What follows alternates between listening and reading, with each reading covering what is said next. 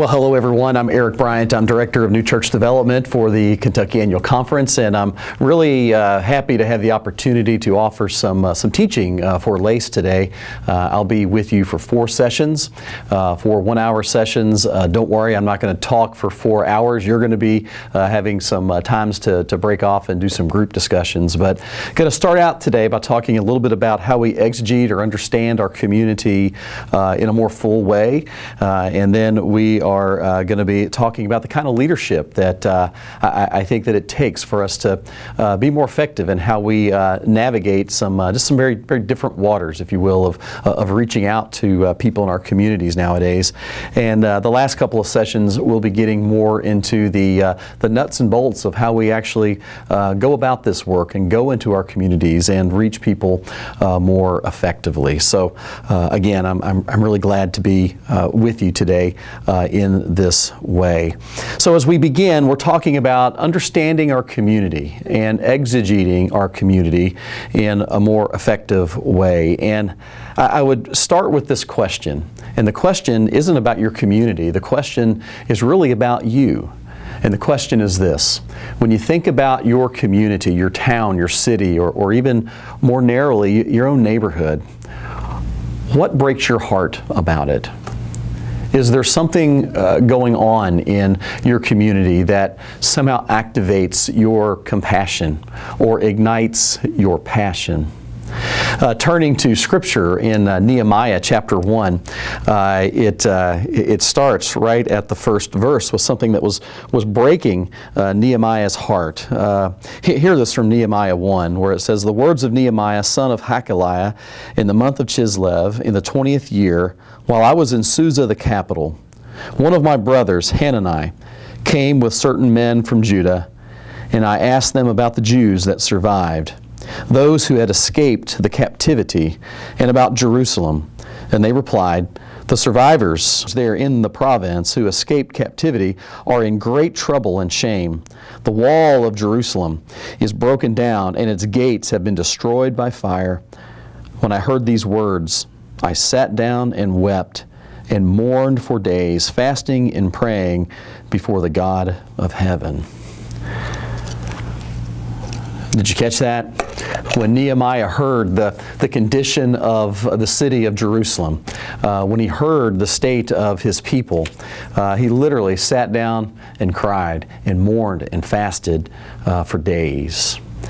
This was significant in what was happening to God's people in those days. It would have been something similar to any of us experiencing, or what we felt maybe on something like 9/11. Where a symbol of our nationhood, a symbol of how we identify ourselves was attacked in New York and in Washington. And we remember how we felt that day. In the ancient world, a city was often defined by the strength of its walls and the condition of its gates. And to hear that Jerusalem's walls had been torn down, the gates were burned, the city was ravaged and defenseless. And in the middle of that, considered to be the seat of God's presence in Jerusalem, of just being in such disrepair and vulnerability. It broke Nehemiah's heart, and he sat down and he wept. What is your equivalent? What breaks your heart about your community, about the world around you?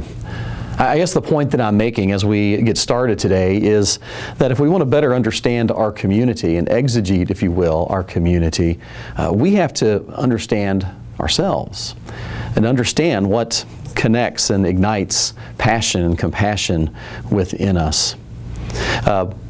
Many years ago now, when I was a church planter, about 20 years ago, I was really trying to understand the community in which I was planting. We started in the suburbs of northern Kentucky. Later we made a big shift to more of an urban-centric kind of ministry. But as we started in the suburbs, I went about the task of intentionally listening to the people that we were trying to reach. often just going door to door, and that's not always easy to do, but a lot of people answered the door and actually talked to me when I found out, or when they found out I was a pastor and I wasn't trying to sell them anything. They softened a little bit, and I just had a few questions for them off of a survey. I just wanted to hear from them. I wanted to understand better their hurts and their fears and their aspirations as we were considering new ministries and a whole new faith community in that area. And I noticed when I began to listen to those people that there were some things that I was hearing from them that really began to break my heart. Part of what I was hearing from them was that many of them had a memory of church. But unlike my experience of church, which had been almost universally positive, theirs often were not. This community that had welcomed me and nurtured me and helped me be the person that I was and am to this day, and have done the same for my family and my children, that's not the experience that, at least the people that I heard from, that all of them had had with church. Some people had a memory of church, but it was a painful memory. That helped shape the kind of ministries and the kind of church that we were to create in that area. We also heard that a lot of people were really interested in God, but that they had trouble understanding how church would help bridge that connection, would help them make that connection. And that broke my heart to hear that. And it helped shape the way ministry looked. Later, when we moved to an urban area, we heard a whole different kind of settings. When we went to the urban core of downtown Covington and didn't knock on many doors because people were just out in the streets often and just listening to what they perceived some of the greatest needs of the community were. And we shaped our ministries around that, which I'll talk about some later. So the question again that I want you to take about 10 minutes around your tables today, or if you're not around tables, if you're in chairs, just group into 5 or 6 people. Just take about 10 minutes now and ponder the question, answer the question, what breaks your heart in your community?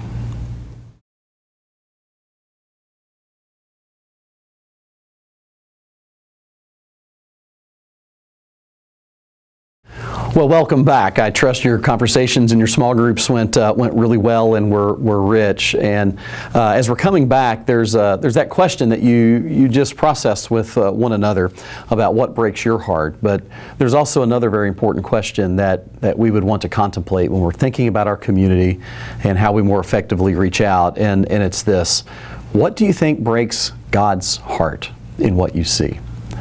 It's one thing to have something break your heart, but when you look around your community and you see maybe they are needs, maybe they are injustices, whatever it might be, what do you think most breaks God's heart? And I think that question is really important for us to ask, because where the answer to that question intersects the answer to our own question as individuals or as a community of faith, there can be a lot of focus and there can be a lot of power when those two ideas come together, if you will. So I want you to take just a 5 minutes, 10 minutes at the most now to kind of get around that question of what do you think breaks God's heart in your community or in your town.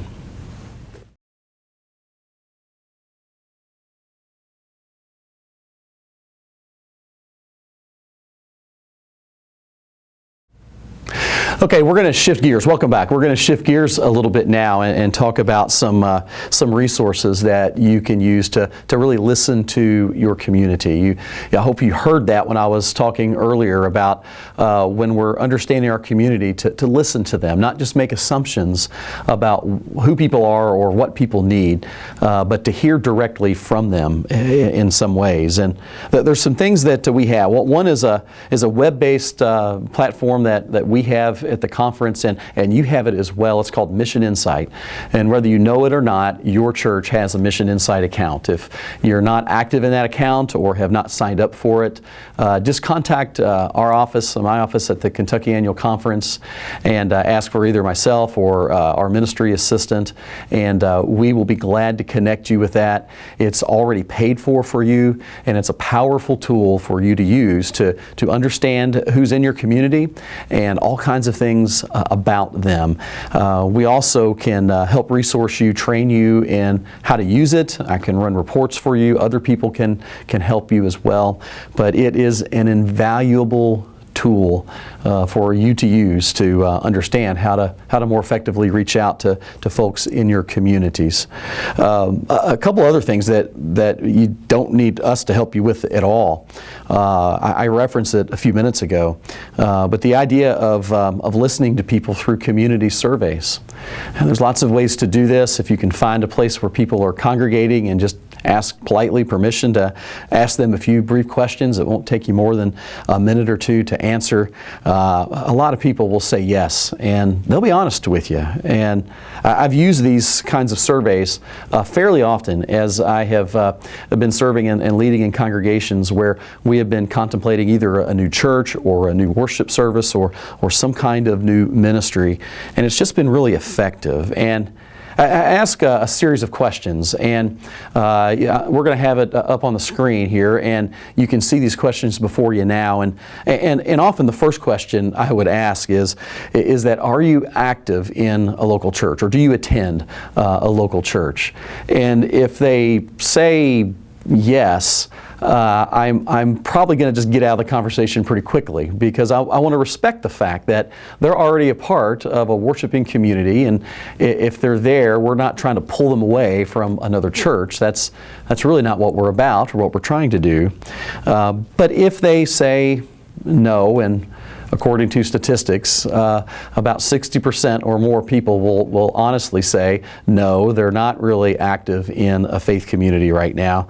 Then the next question that I would ask of them was, well, why do you think most people don't go to church these days? And what they'll really tell you is not why most people don't go to church. They'll tell you why they don't go to church these days. And so I'll record that. And the next question that I would ask is there one thing that might pique your interest in a church? If there is one thing, what is that? And then another question that I would always ask is, what do you think the greatest need in this community is? I want to gauge any sense of woundedness or hurt that's in that community, and later evaluate if there's any way we can bring Christ into the middle of that. And I would ask also, well, what's the greatest strength in this community? And then would usually kind of finish up with a final quick question of since we're starting a new ministry or a new faith community in your neighborhood, what's the one thing that you think that I or we just really should know as we do this? And it's amazing the things that people shared with me. I mentioned that things broke my heart from those surveys when I was doing it, particularly in the northern Kentucky area, of why people don't go to church. That question, people really gave me an earful, especially when they discovered that I was a pastor. And it broke my heart that there were so many hurt people from the church, but also broke my heart that there was so much misunderstanding about what church really is. And it really helped form the kind of ministry and the kind of community that we would later become. So moving on from that, we would do focus groups as well, particularly in the creation of a new worship service, where we would bring a group in, maybe offer to pay them a small sum of money or give them a free meal. And do a service, kind of just do a test run of that ministry, and then ask them and talk with them afterwards. Allow them to evaluate how it connected with them and how it spoke to them. And no matter how they rate what you do, whether they liked it or don't like it, whether it seemed to connect with them or not, really isn't the point. The point is what you learn and how you can come back later and help them connect with God in a more meaningful way with what you are doing. So what I'm going to invite you to do now is, as you look at that slide with the questions on it, is to process that question. Why do you think most people don't go to church? Why do you think most people don't go to church? Take about 5 minutes and process that question.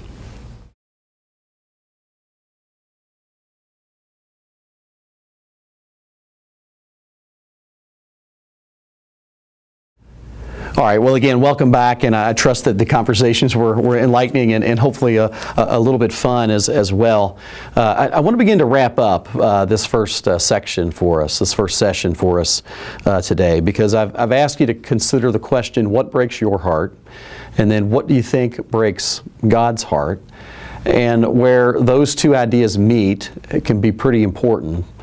And then I've kind of introduced the idea that if we're really going to understand the communities in which we are ministering, we don't need to make assumptions. We need to really listen, really carefully and in a holy way, listen to people in our communities that we hope to be in ministry with. So I suggested that we take a look at the Mission Insight. That's a way of listening indirectly to people, but also to do community surveys, to get out there and really listen to what people are saying and what they're feeling and what their hurts are and what their aspirations are. And maybe even form some focus groups around some things to further that understanding as well. I think where that comes into play with the brokenheartedness of ourselves and where we assume God is brokenhearted as well, is where we can see how that brokenheartedness is actually playing out in real life in the lives of people in our community, where those things come together. Because I think there's a real shift and a real difference between doing a ministry well that's meaningful for us in the church, that is very meritorious and worth doing, but somehow going to the community at large and saying, hey, y'all come and join in this. It'll be meaningful for you. We've been doing that for many years, and that's increasingly not working very well. What is beginning to work much better is when we get a sense of that brokenheartedness in our community, brokenness in the world around us, and find ways to put Jesus in the middle of that. When we find ways to do that, that's when amazing things happen with our communities of faith and the communities in which we minister. Real quickly, when we went to an urban area of northern Kentucky and began to seek to understand how to be in ministry in that area, we did just that. We went out into the streets and we listened to people. And we heard a couple of things that really caught our attention. We heard that people, we could see that there was a lot of poverty. We knew there was a lot of issues with drug addiction and other social kinds of ills. But what we heard people say to us is that they did not have a safe place to just be with other people in their community, just to have fellowship. We also heard them say that nutrition, food, was an issue. That there was always more month left at the end of the month than money. And that was a problem. And it was a problem with nutrition. And we also heard them say that if we were going to be the church, that they didn't mind hearing about Jesus one little bit. And we created a ministry out of what we heard from people called Sunday Night Live. And it was a ministry on Sunday night where we did live music and the gospel was proclaimed in that, and people were fed a free, nutritious meal in the gymnasium of the church. And we had large numbers of people coming, but it wasn't just the numbers of people who were coming that mattered so much. It was how their lives were being transformed. We were doing baptisms during that time.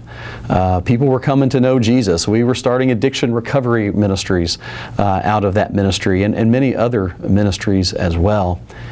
And it was all because a group of people really listened to the needs of that community and again found a way to put Jesus in the middle of that. That's really what we're talking about here, of understanding our community and the end toward which we want to apply that knowledge, helping people to know and live more fully into the grace of God in Jesus the Christ.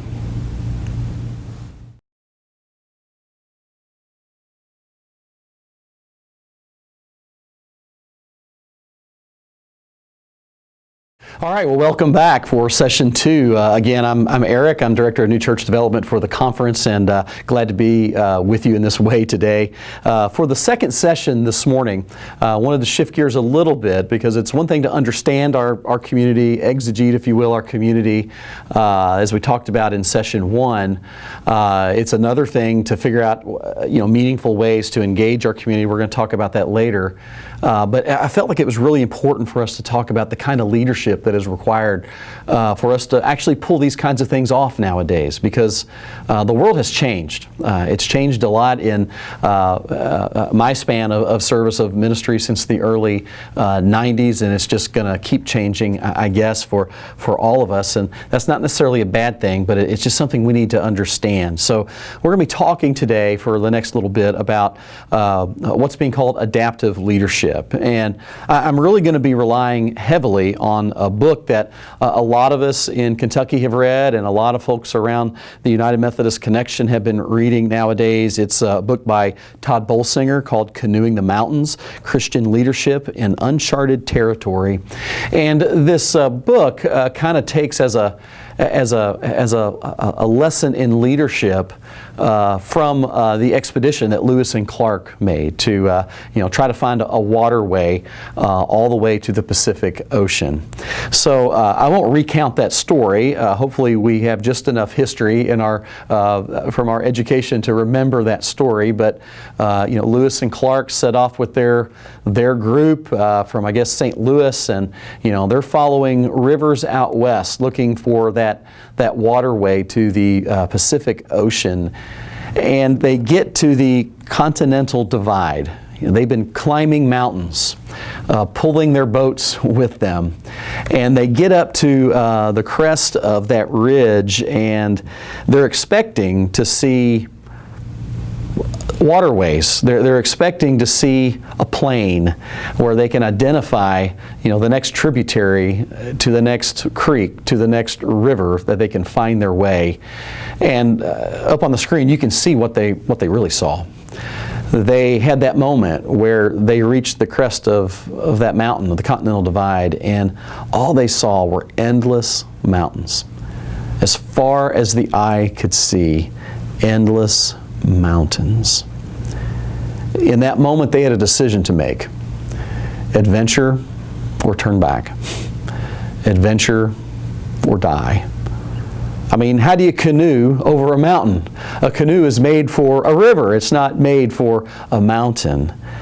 And I think there's a similar question that's facing the church today. We're not in the kind of mountains that Lewis and Clark were in, but we are definitely getting into uncharted territory. What used to seem to work, if you will, work for our church in terms of providing a faithful witness and being viable in our communities does not seem to be working nearly as well anymore. And in a way, we are seeing our own vista right now of endless mountains, trying to figure out, how do we get through them? How do we canoe them? When you think about it, for ministry, we were trained for a different context. Lewis and Clark and their expedition, they were trained for rivers, not mountains.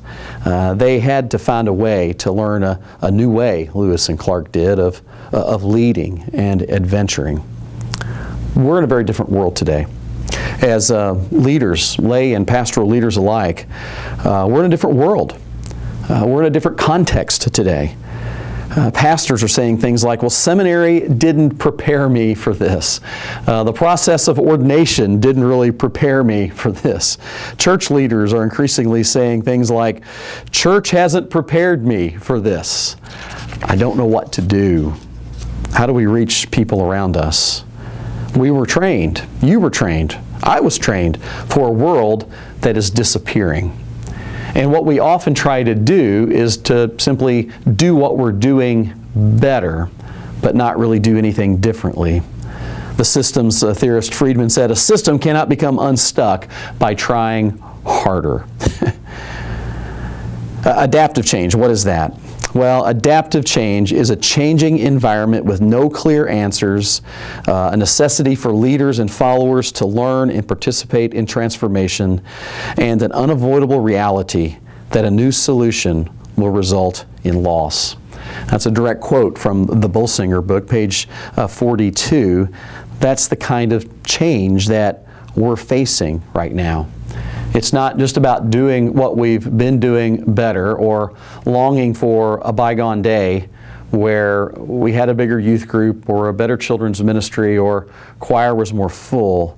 It's understanding that change has happened and is happening, and it will somehow require of us loss.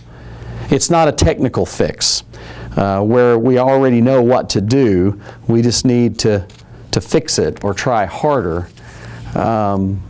It was similar to what we faced in a small way when I told you about doing listening surveys, community listening surveys in the urban core of Covington 20 years ago. We were at a place where we weren't really sure how to do ministry. We were a bunch of folks who lived in the suburbs. Who were we to go into an urban area that was underserved and struggling and be in ministry, not to people, but to be in ministry with people? And you already know part of that story. It was to listen and to really understand the needs and the hurts of that community. But it was also a story of learning how to adventure together and how to bring others along for an adventure, so we could accomplish what we felt God calling us to do. It's challenging work that all of us are engaged in these days. And Bolsinger, he lists some rules. I think it's Bolsinger that listed these. And it's the slide in front of you. And there's some rules here about operating, if you will, and leading in uncharted territory. And the first one is this, is that the world in front of you is nothing like the world behind you. The world in front of them was not like the world they had left. The world in front of us as the church is not like the world that is behind us as the church. The second rule is this, no one is going to follow you off the map unless they trust you on the map. In some ways, I think about this rule of being kind of unfair, that we're going off the map and we have to go off the map, if you will, into uncharted territory. We're being forced to do that, if you will. But at the same time, we're still on the map and we have to lead well in both realms. It's very challenging. Third, in uncharted territory, adaptation is everything. Of being able to adapt and change. Fourth rule, you can't go alone. You can't go alone. You have to go together. And you really haven't succeeded until you have survived the sabotage, wherever it comes from. I began the day with Nehemiah and that story, and if you're familiar with that story, you know that when Nehemiah went back to Jerusalem, there were those who tried to sabotage that work. He had to weather that storm and overcome that, and we'll face the same things, the same dynamics in our ministries as well. And the fifth rule is that everybody will be changed, especially the leader. Everybody will be changed, especially the leader. So I'm going to give you an opportunity to gather in small groups like you've done before today and consider this question, to have conversation around this. What is the one challenge in your church that you just can't get traction on? What is one issue that no matter how hard you work on, it keeps coming back?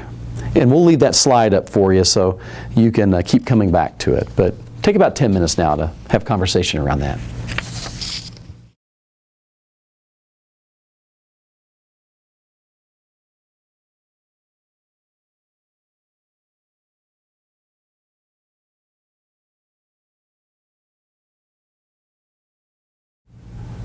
Okay, well, welcome back. I trust that your conversation was blessed in those last 10 minutes, and we want to continue with the session now. And let's talk about technical issues. A technical issue is application of current knowledge. It's when we can do that, when we can apply current knowledge, when we can apply current skills and tools to resolve a situation. It's a technical issue. Here's the thing. We are more likely right now, more likely than not, facing adaptive problems, adaptive issues. And that's the slide before you now. That adaptive problems that cannot be solved with one's existing knowledge, skills, and tools, requiring people to make a shift in values, expectations, attitudes, or habits of behavior. It's a different kind of problem. An adaptive problem is systemic, and it has no clear answer. It's like trying to figure out how to fly an airplane while you're building it. It's like crossing a bridge while you're building it at the same time. And a huge mistake that nearly every church makes, including the ones that I've served in, and I've participated in this mistake, is that we attempt to apply technical solutions to adaptive problems. We attempt to apply technical solutions to adaptive problems. Again, we try to fix what is broken when we really don't understand fully what is broken. That's why adaptive leadership is so important. Adaptive leadership is essentially a structure of leadership designed to assist organizations and individuals in dealing with consequential changes in uncertain times. When no clear answers are forthcoming, adaptive leaders identify and deal with systemic change while using techniques that confront the status quo and identify adaptive and technical challenges. One really cool example of adaptive leadership that I've more recently become aware of is what happened at First Church in Seattle, an Assemblies of God church where the Fosners, Verlin Fosner and Melanie are, and they are the two that have really been active in Kentucky in the last couple of years in helping us to bring about dinner church, which I'll talk about more later today. And they just have a really compelling story of how Verlin, as a senior pastor of this church that had a history and had been so strong in that community, but the culture, particularly on the West Coast, is increasingly not attending church, and was looking at that church and was able at one point to literally put an expiration date on that church. That there's going to come a time based on how rapidly our members are dying and how few people are coming in and how so many, if not all, of our ministries and resources are declining over time, that he put a date of expiration on that church. And it created a crisis, if you will, an existential crisis. They knew they had to respond. They knew they had to do something. And he gathered a few of his members, and they began getting together on an evening every week and having dinner and praying. And out of that praying and out of that coming together and out of that fellowshipping, they began to have a vision for what it might look like for them to take the message of the gospel.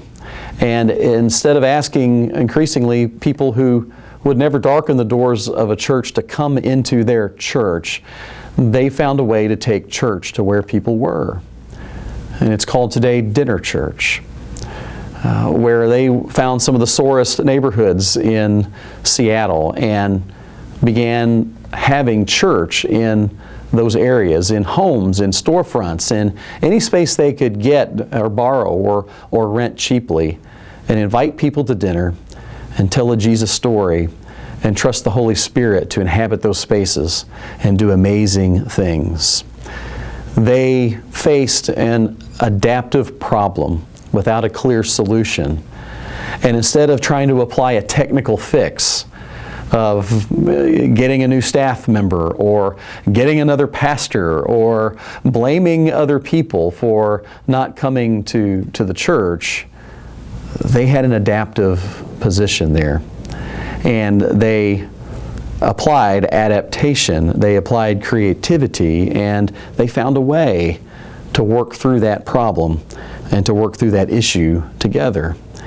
And they're reaching more people than they ever imagined possible. So how does that begin to happen? And I thought part of that story, and it's on the slide before you now, is that in that meeting space that Verlin created, they began to create an environment where trust and transformation can happen. Now, I wasn't in those rooms, and I've talked with him just a little bit about that time in his life and his ministry. But I can tell you that just from what I've heard of it firsthand from him and what I've read in the book about this story, is that transformation was happening in their hearts and in their lives. And in order for that to happen, we have to somehow create the context for that transformation to happen. You see, when we're in uncharted territory like we are, trust is as essential as the air we breathe. We just have to find community, a way in which we can trust other people. So what I'm going to invite you to do just right now is to, again, take a few minutes, 10 minutes, and talk about, does that space exist where you are in your church right now? And if not, how might you create that space? And we'll come back in 10 minutes.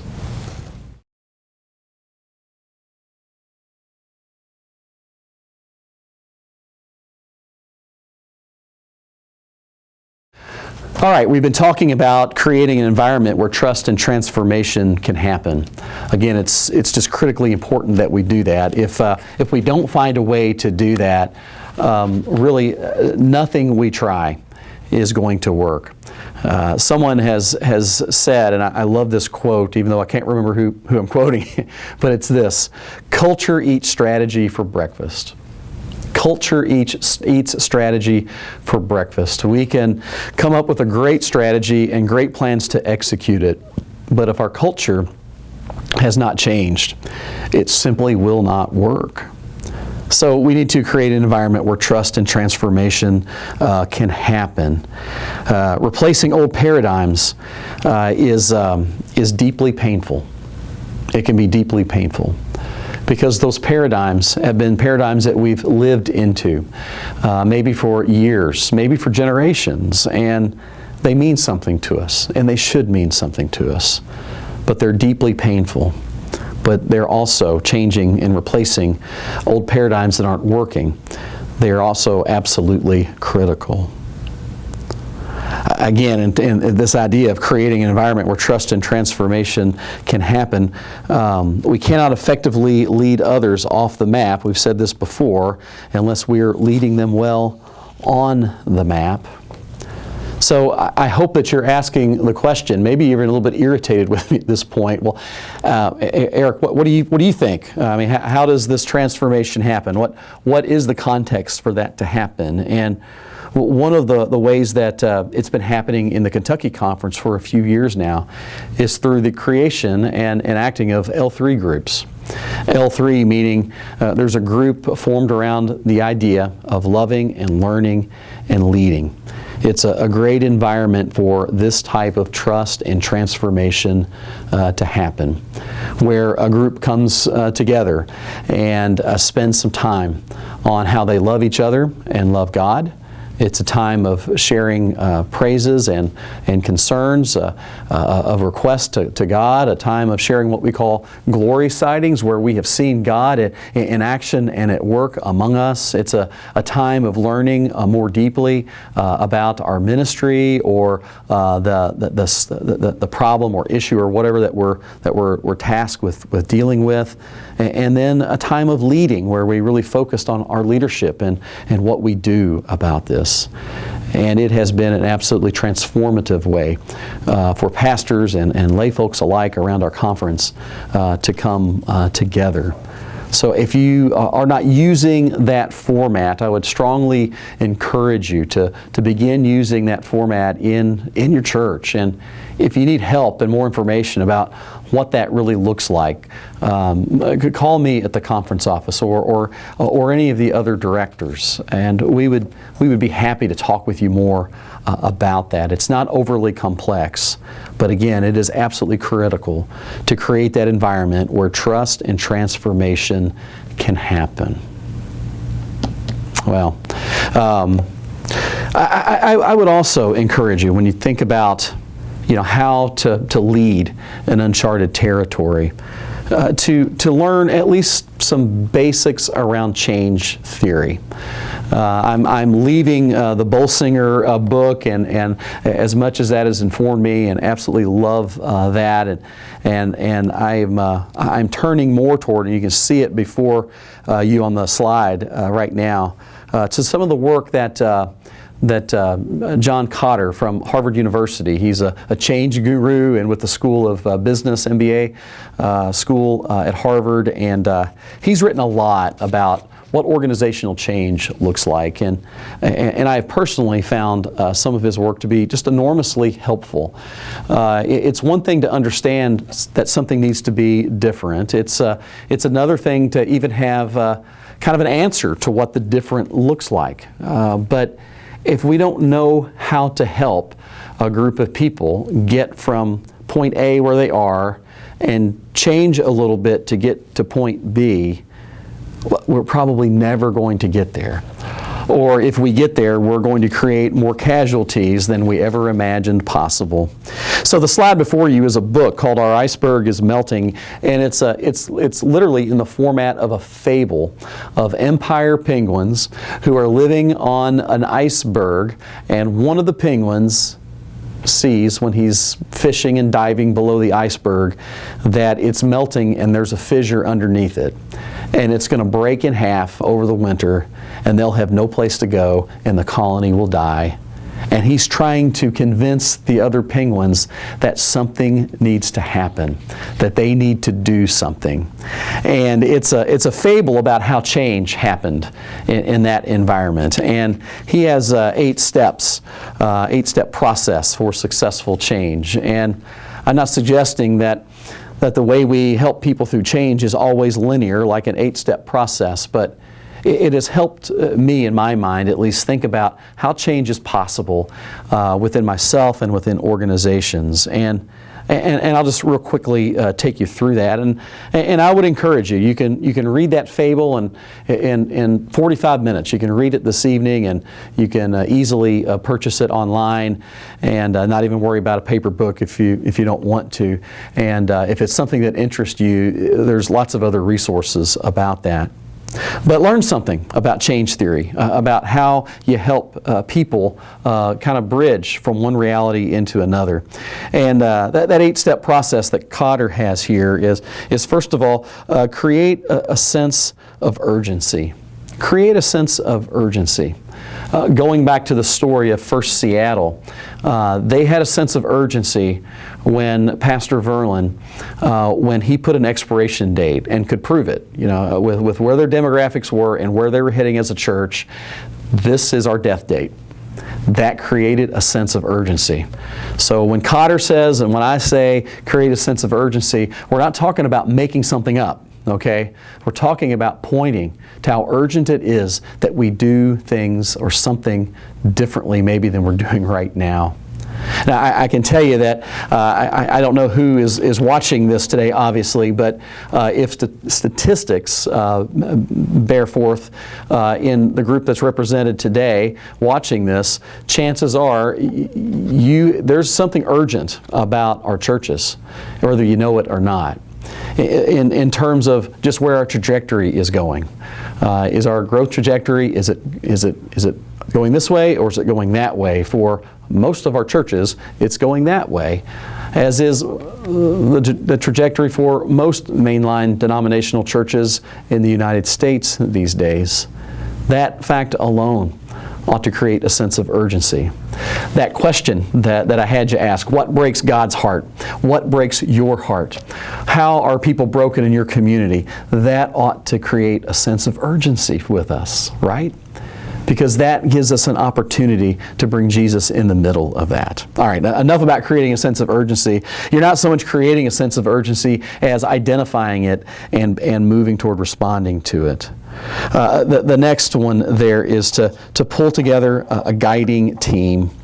Pull together a group of people, again, where trust and transformation can happen, and begin to talk about the sense of urgency. The third step is to develop the change vision and strategy. Develop a change vision and strategy. The fourth step is to communicate for understanding and buy-in. Begin to cast that vision, communicate it to the rest of the congregation. And then the fifth step, empower others to act. Let people actually do something about it. And then 6, produce short-term wins and communicate those well to everybody else. Number 7, don't let up. Accelerate and celebrate what is working. And then 8, create a new culture by systematizing the change that has been implemented. Those are Cotter's 8 steps for successful change. And I hope you'll check out that book and learn something about change theory. It'll help you as you go down this path, this uncharted territory of adaptive leadership and adaptive change. Another thing that's very helpful, I think, for helping us navigate and lead in these days is to understand our past and to bring the best of that past into the future. You can see in the slide in front of you that we're not creating change just for the sake of change. That a new vision for the church should be firmly and clearly rooted in that church's character, in that church's spiritual and cultural DNA. One of the ways that we have been going about that process in a few churches in the conference is by going through a process called appreciative inquiry. It's a process for congregational change.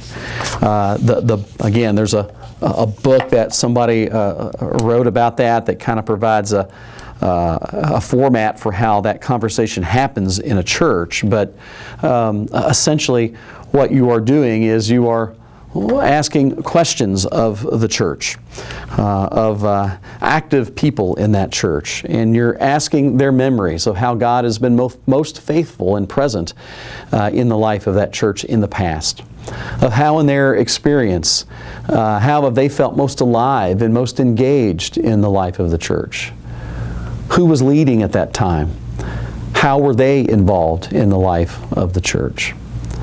Ask them questions like that and others so they can more fully understand their spiritual DNA and out of the best of who God has always had them be, bring that forward into the future and derive vision from that. It's a process that is not swift. When we went through it in my last pastoral appointment at St. Matthew's United Methodist, it was about a year-long process. But oh my goodness, was it worth it? Because we got to hear from a large majority of our membership through that process, and a team of people kind of shepherded that process of hearing and listening and discerning and praying and later devising a vision that the church could understand because it was rooted in its history and could come around and be faithful to. Well, I hope you'll consider that kind of process as well. If you have any interest in that, you can reach out to me at my office, and I'd be glad to connect you with resources toward helping that. Currently, as of September of 2019, I'm coaching a couple of churches through that process myself in the conference, and it seems to be going really well for them. Okay, so you may be wondering to yourself, well, what does this look like? What are some of the skills of adaptive leaders? Again, drawing directly from the Bolsinger book, he has a list there of skills of adaptive leaders, and part of it has to do with calmly facing the unknown in a calm way. Of number 2, refusing quick fixes. Number 3, engaging others in learning. 4, seek new perspectives. 5, ask questions for gaps and competing values. And 6, raise up deeper issues. And on to 7, to explore and confront resistance and sabotage. 8, to learn and change without sacrificing personal or organizational capacity. 9, help congregation make hard, painful decisions to effectively fulfill their mission. So a final thought as we wrap up adaptive leadership here is to kind of understand your place in your system, your place in your context. Going back to the Lewis and Clark expedition, and of course that was successful as they made their way through the mountains and made their way all the way to the West Coast. But different people were leading in different ways. You see that slide before you. Who are you in your church? And I reference there Jefferson, because Jefferson was the one who commissioned this. And are you an authority giver? Are you a blessing giver in your church?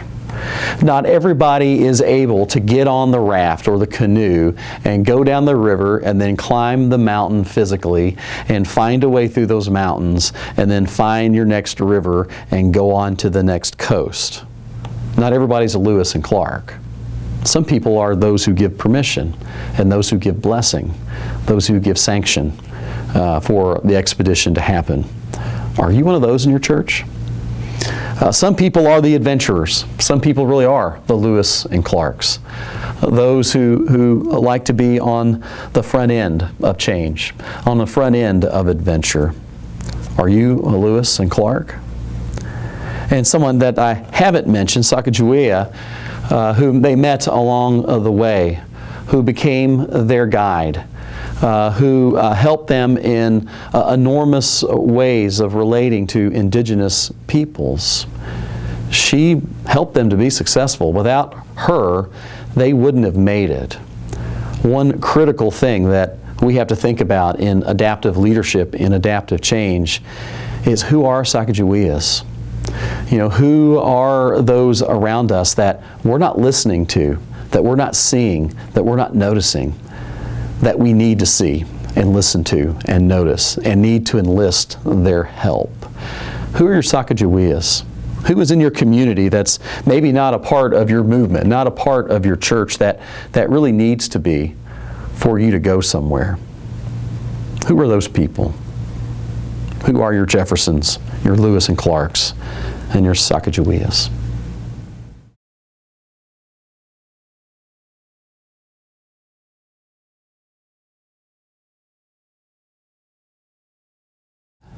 So I fairly frequently get asked, hey Eric, what is a fresh expression? Help me understand what that is. So here's my simplest explanation for a fresh expression.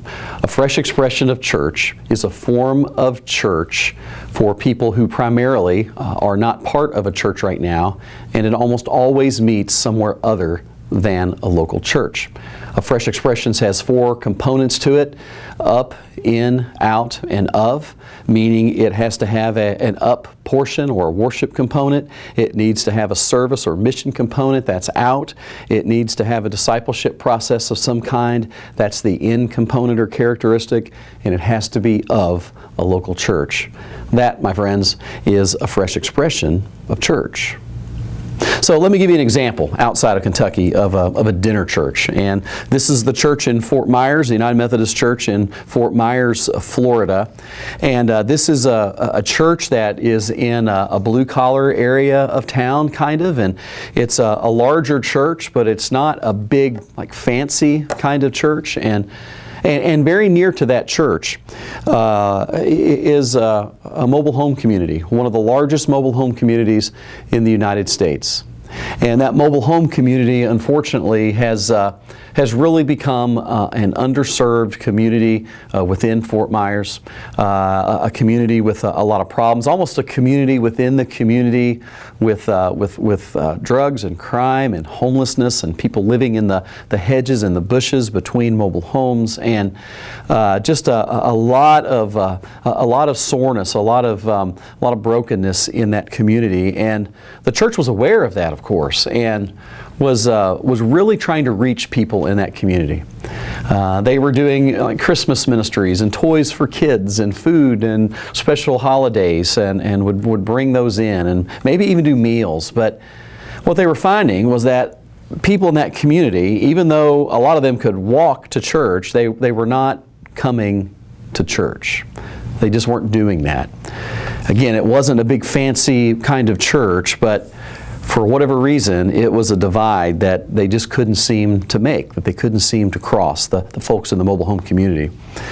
So a staff member and some others in that church, they tried a different approach. They began to go into that community in a more meaningful way, meaning they began to seek to understand what the needs really were and the hurts really were. And they quickly came to understand that there was a real opportunity to be in ministry with children, and there was a community center there, and the city was all too willing to be a partner and help the church be in ministry, because the city realized that they had a problem and something needed to be done and people needed to be helped, and so they began to do an after-school ministry. And very long story short, it's really not my story to tell, they began a dinner church called Eat, Pray, Love.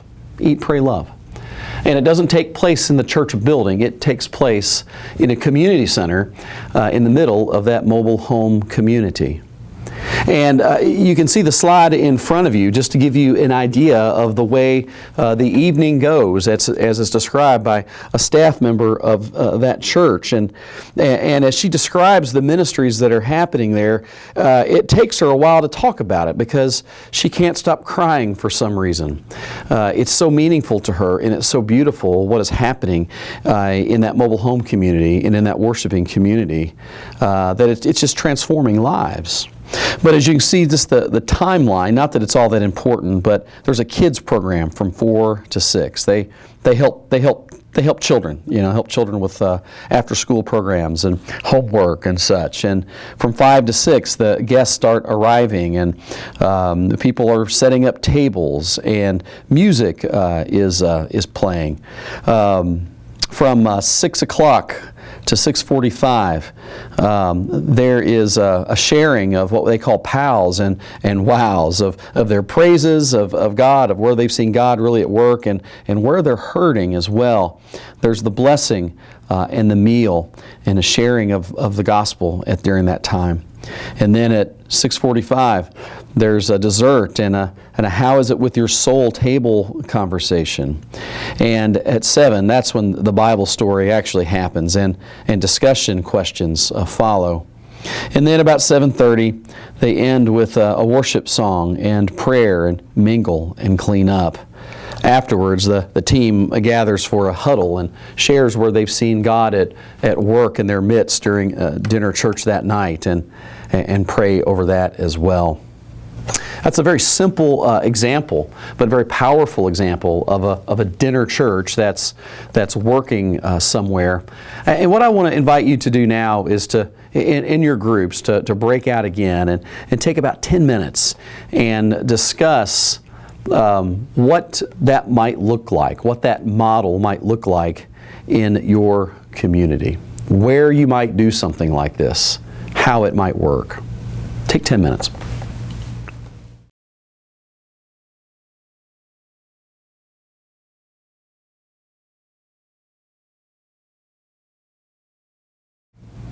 All right, welcome back. So hopefully your discussions were fruitful and you were beginning to imagine where and what this could look like in your community. When I think about the neighborhood that I live in, I'm thinking about a laundromat that's less than a mile from my house that could serve as a place for there to be a fresh expression, or maybe even a dinner church and some other possibilities as well. It's really about where people might be and where people might congregate, and how we can bring the gospel, how we can bring church into those places. I'll say more about that in just a couple of minutes. Getting back to the thing that's happening in Fort Myers.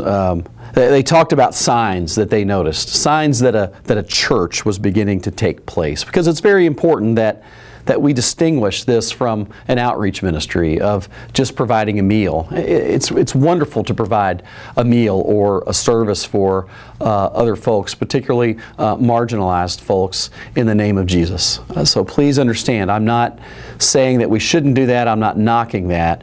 But also please understand that we're talking about something different here that goes beyond just serving a meal.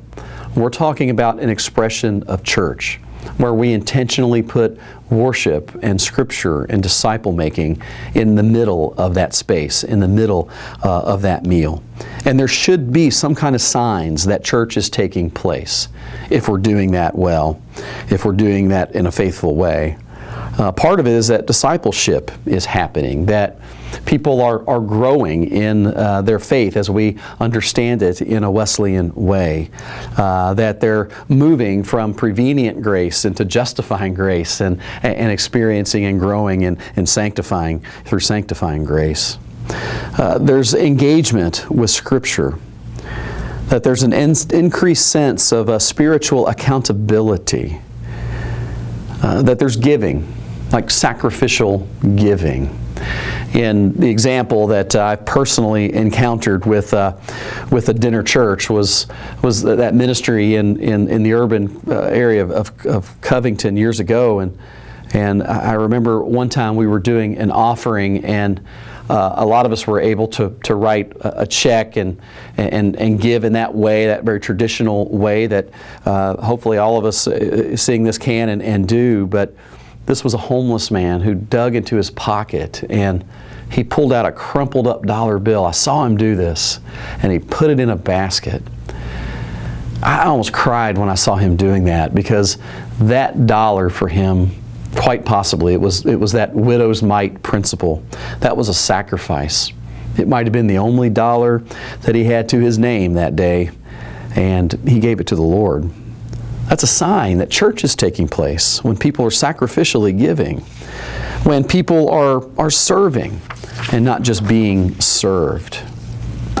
So you've got a slide here in front of you now, and I know we just had a discussion time, but I want you to look at that slide and take like 3 minutes, 3-4 minutes, and talk about what that is saying to you, the man on the dock there, all right? Take about 3 minutes and just discuss what that means to you.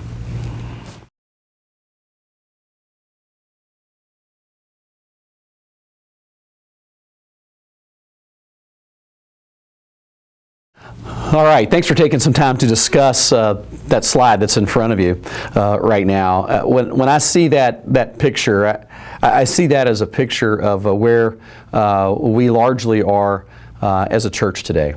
You know, that's a man standing on a pier or a dock, and we can clearly see what's happened here.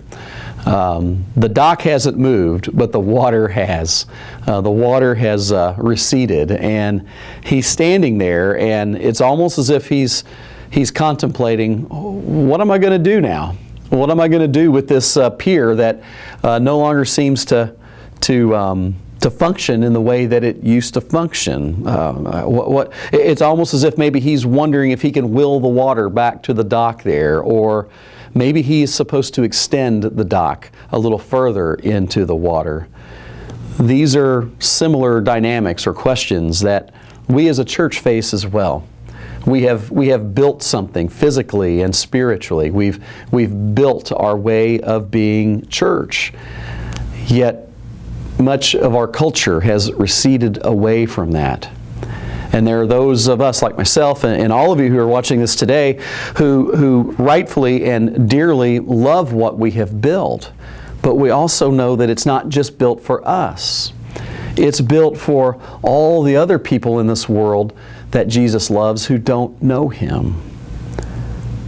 We got to figure out a way to bring this message that we know and this love that we experience and live into every day. How do we bring that more fully into the world around us? How do we live into that more faithfully and fully? How do we take what we've built and extend it somehow to the world around us? You see, I really strongly believe that this is why we need things like Fresh Expressions and Dinner Church. It's why we so desperately need them. Things have changed so much in our culture, even in the time where I have been active in pastoral ministry.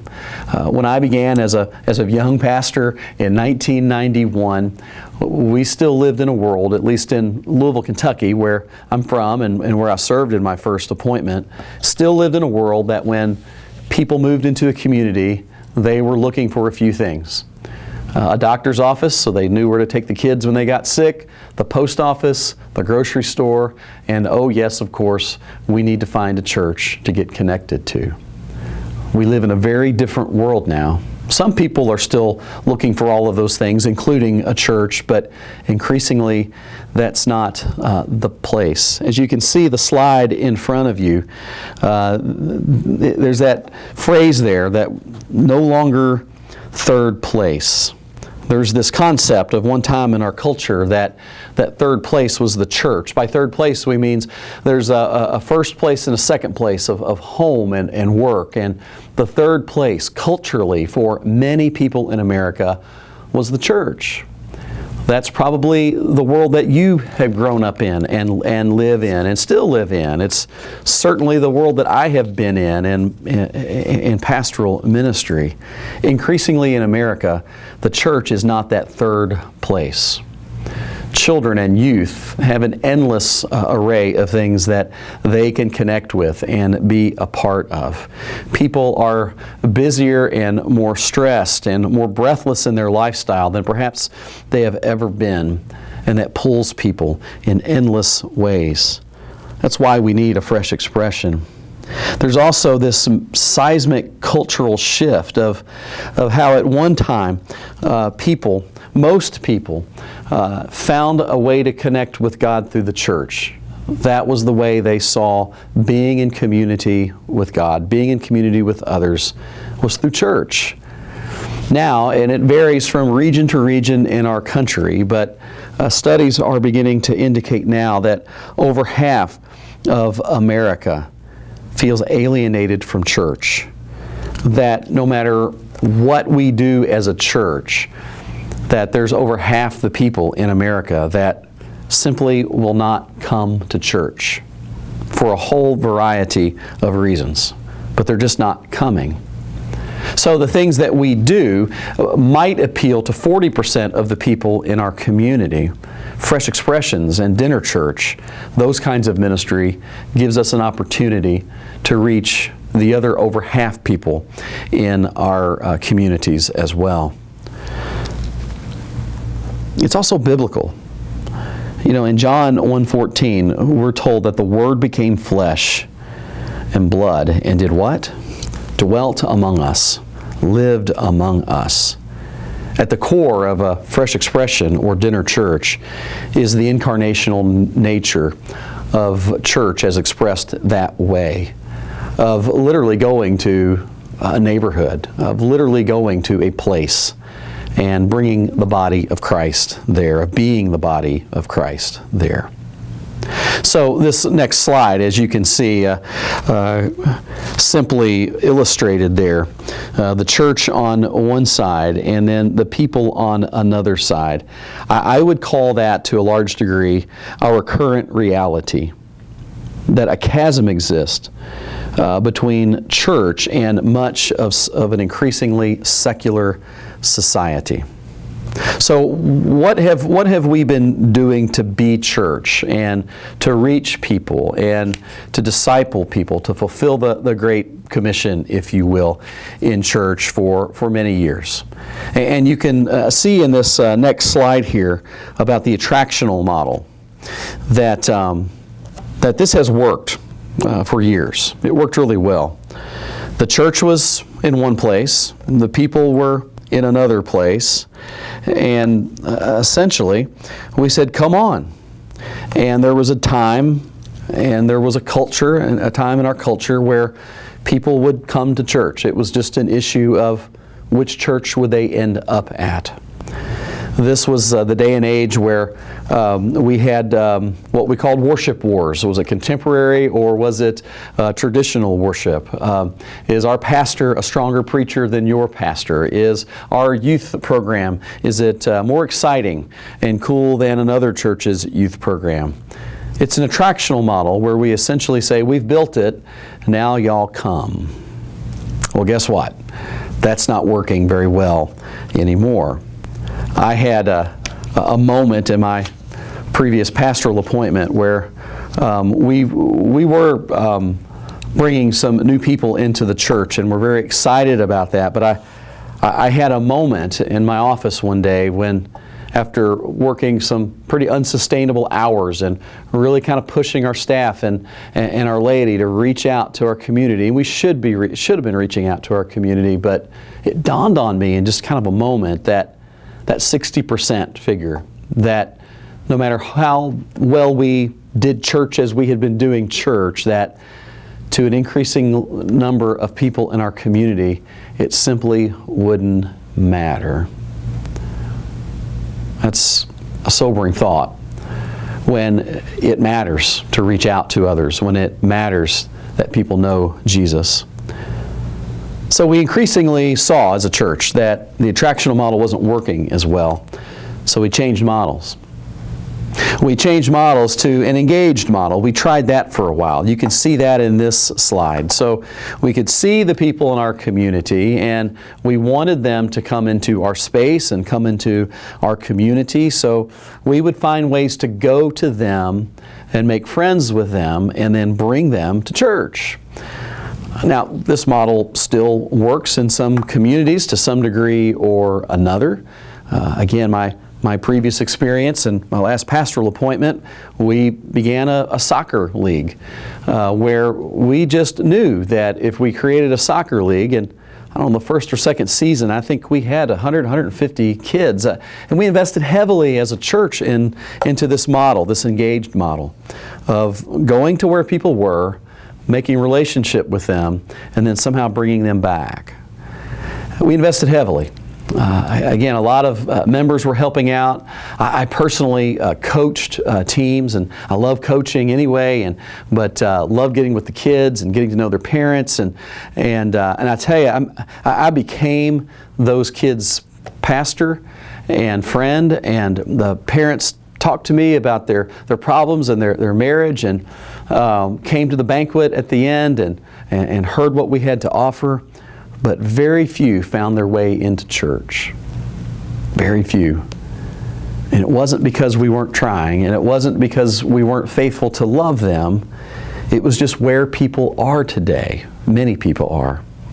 Of just not quite being able to cross that bridge, if you will, and coming to church. There's the incarnational model. That's the third one. That's this next slide here.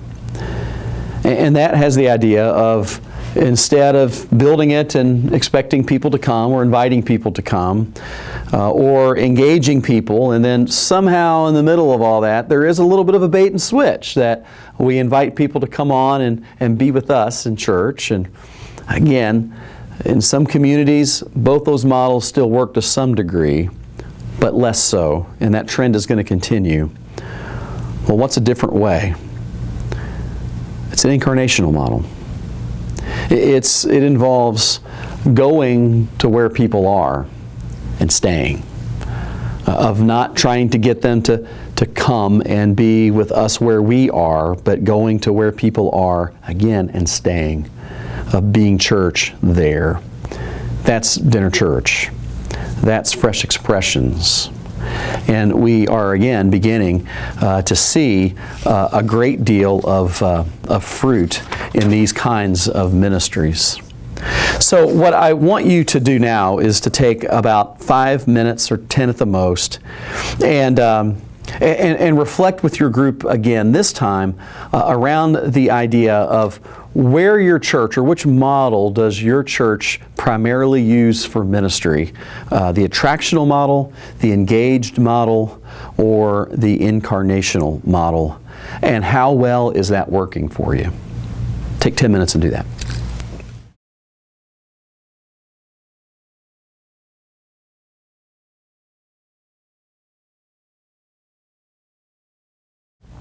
All right, well, welcome back to our final and fourth session of the day.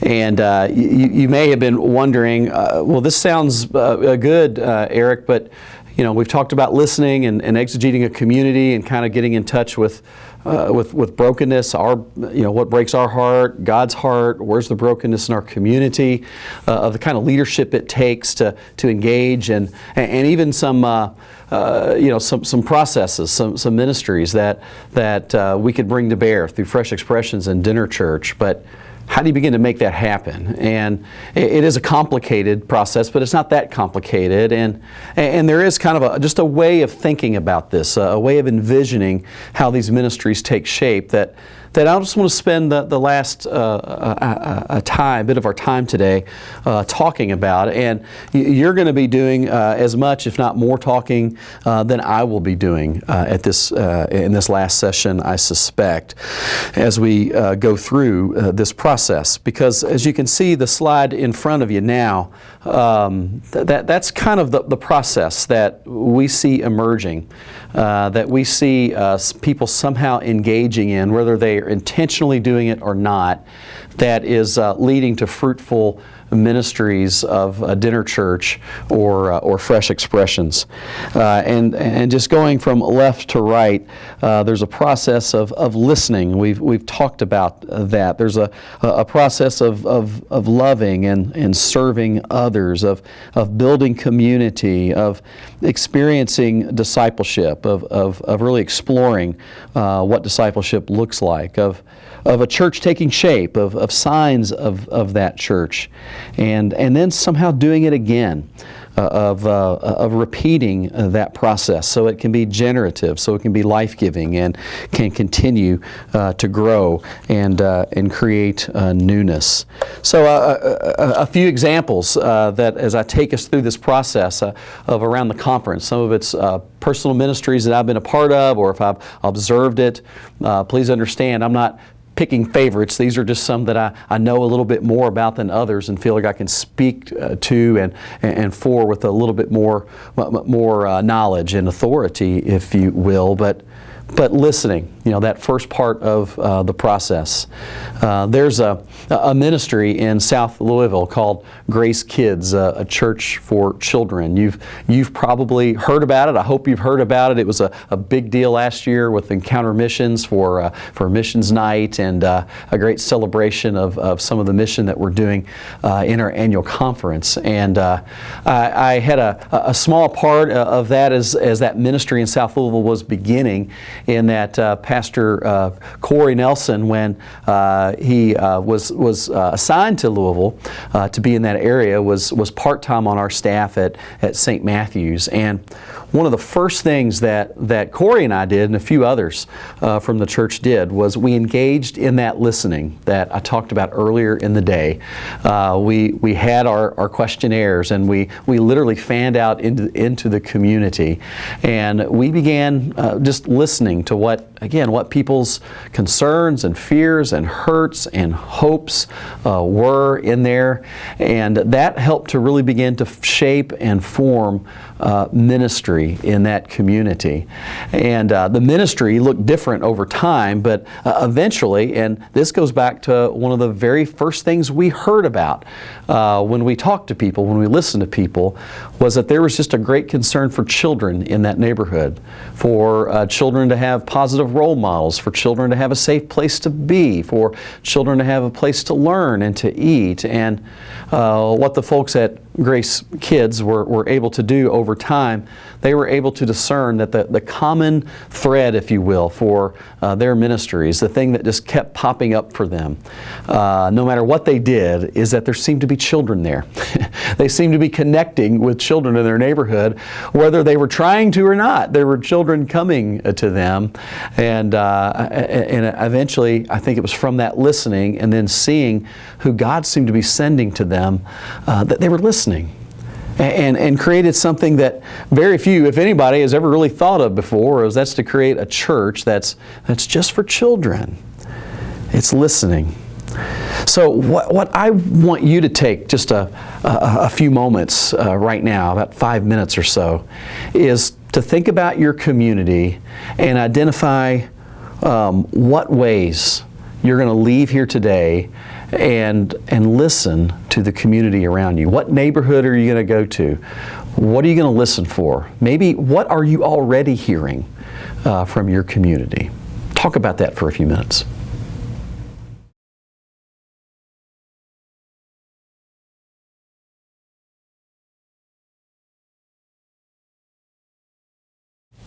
All right, well, welcome back.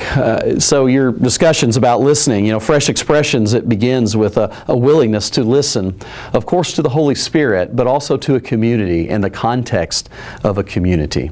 So as we continue in this conversation, if you will, about the process to begin these Fresh Expressions and Dinner Church, it is about listening, and it is about understanding and exegeting a community.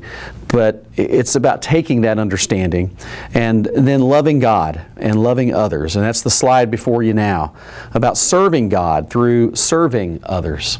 Earlier in the day, I talk to you about how when I was a church planter in northern Kentucky that we took our listening surveys and we went into that area of downtown Covington and we listened to people and they told us the needs that existed there, the needs and longing for a safe place to be community in that area, a need for food, quite honestly, and nutrition.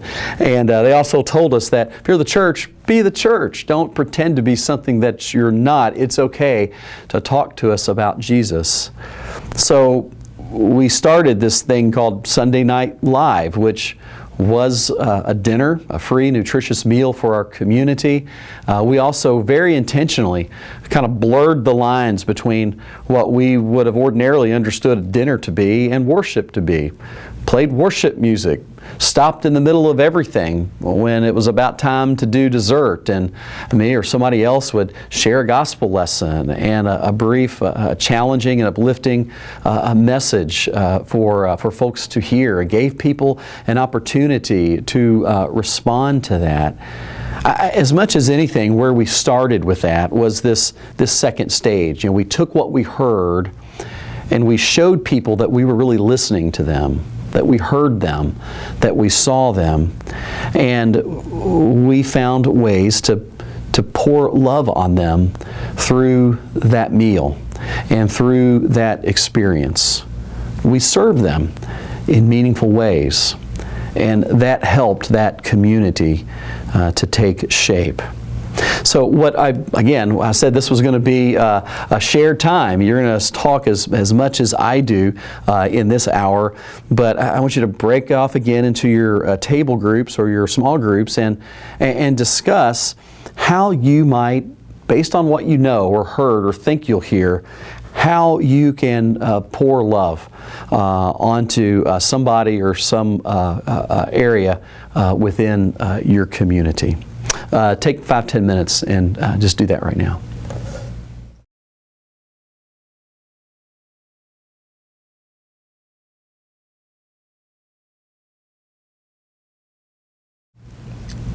All right, welcome back. As we continue through that process of discernment of how these fresh expressions and dinner church begin to take shape, the next one in that continuum is about building community, and the slide is in front of you there.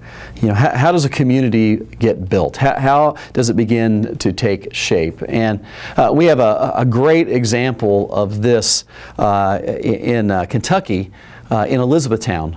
Memorial United Methodist Church has started a dinner church in the fall of 2019.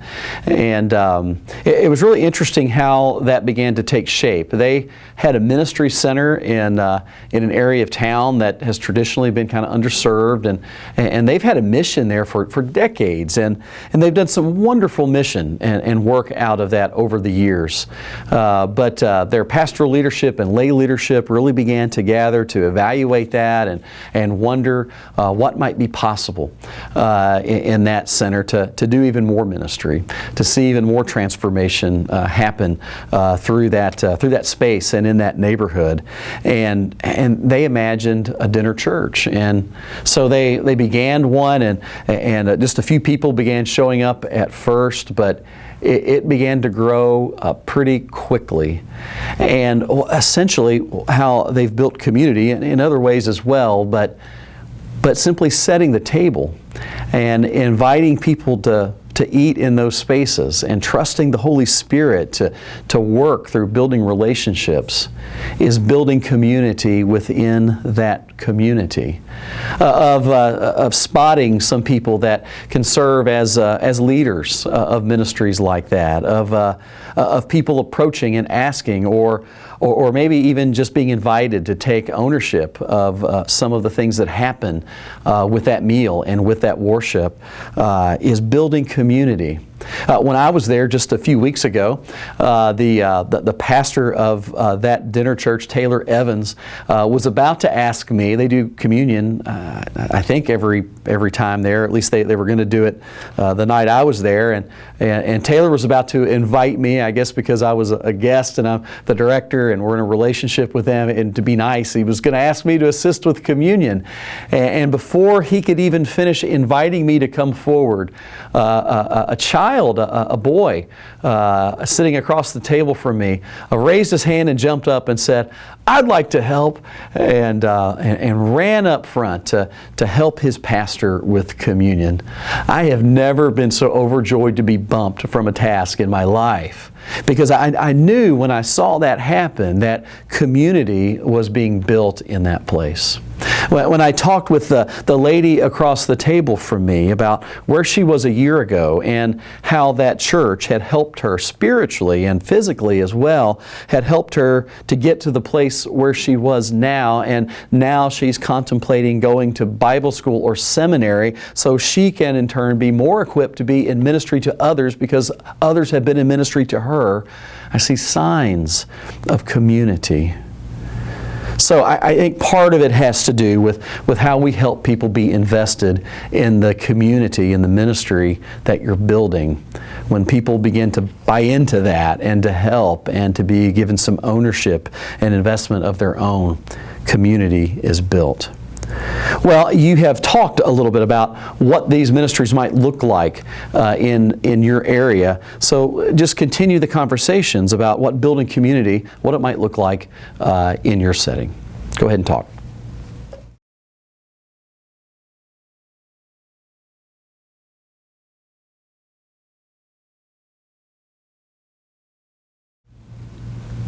Okay, well, welcome back. I hope you're enjoying this conversation, because I sure am, as I'm imagining what's going on in your discussion groups.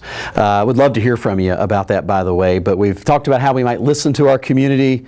We've talked about how we might love and serve others in that community, about how we build community when we begin something new. And the next part of that process is exploring discipleship. And this is where, again, it becomes different from just an outreach ministry, when we are intentionally seeking to move people along in their process of salvation, if you will, as we understand grace and our Wesleyan understanding of grace and how God works in the world and in our lives. We understand that God, through prevenient grace, is working His way into people's lives and drawing people unto Him. And justifying grace is that moment where people accept that invitation to be in relationship with God through Jesus Christ, accept the forgiveness that is theirs and ours. And sanctifying grace is how we are made more into the people that God would have us be, where we are perfected in God's grace. And so when you think about discipleship, think about where people are on that continuum, if you will. That there are people who are going to be in your dinner church and Fresh Expression who may have a memory of church and may have indeed been in church, but have never really been discipled. There are others who prevenient grace is still very much active in their life, and maybe they've never even had an opportunity to accept Christ as their Savior and really know who Jesus is in that sense. There are others who have journeyed a long time maybe with Jesus, and this is just a new way for them to find Christ in church.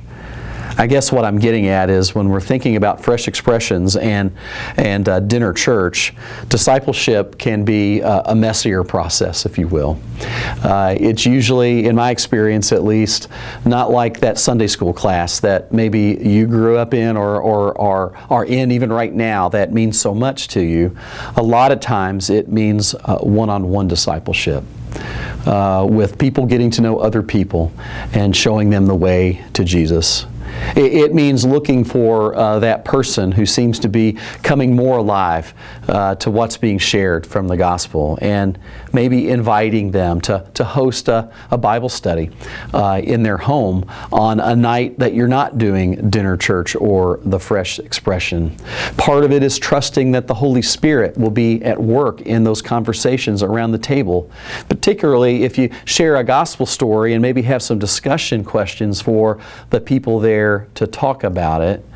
There's also some things that we can do in the context of that worship that can help disciple people around giving, around praying, around practicing spiritual disciplines.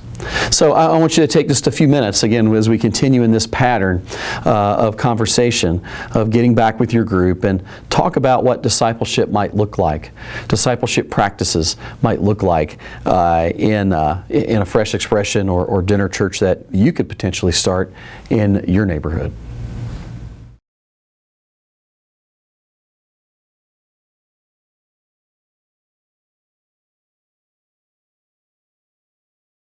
All right, now we're talking about signs that church is taking shape. We've covered the listening and the serving and loving, building community and exploring discipleship, and now what we really want to do is how do we know that it's really a church? I mean, what are some signs that church is taking place? And I covered some of that earlier from a dinner church in Florida. And I just want to build on that just a little bit, and then give you an opportunity to talk about what that might look like in your context. But one of the ways we know church is taking shape is when the people who are new, who are coming to that experience, begin to call it church. When they say, "This is my church." When they use that moniker themselves, we know that something like church, at least, is beginning to take shape. It also is taking shape when people are engaging more deeply in what is happening in that life and understanding it more deeply. I'll give you a quick example. My wife and I were worshiping one day about a year or so ago at Grace Kids. Again, this is a church for children, and there are always some adults around besides the leaders, but it's a church really for children. And we're sitting there with a little girl named Leah, and she's busy. She's sitting between us, and she's trying to go through my wife's purse, and then she's like reaching in my pockets and my breast pocket here because I had like a package of mints or gum or something, and she's trying to play with my wife's phone, and she's just busy, and I thought, well, she's a kid and she's 6 years old, and she's just really not listening to what's going on here, and I couldn't have been more wrong. As soon as they started going into the communion ritual, she stopped fidgeting so much, and that's when she pointed up front and she said, "You see that bread? That bread's the body of Jesus." And then the cup was held up and thanks was given over it. And she whispered to me, she said, "You know that cup? It has the blood of Jesus. Tastes just like grape juice." And then I thought to myself, well, she doesn't understand the mystery of Holy Communion fully. And then I realized I don't fully understand Holy Communion and what is taking place with God and me and everybody in that moment. And then when the invitation was given for us to go forth and receive communion, she grabbed each of us by the hand and looked up at us with her bright eyes, and she said, "Well, come on." And she led us to communion, and she showed us how to take Holy Communion by intinction, as if we'd never done it before. I knew in that moment that church was taking shape. People were grasping on to the things of God and being transformed in that moment. So take a few minutes in your group and imagine moments like that. And imagine what it might look like for your new community that you can see happening in your context, in your town, of how you could begin to identify that church is really taking shape.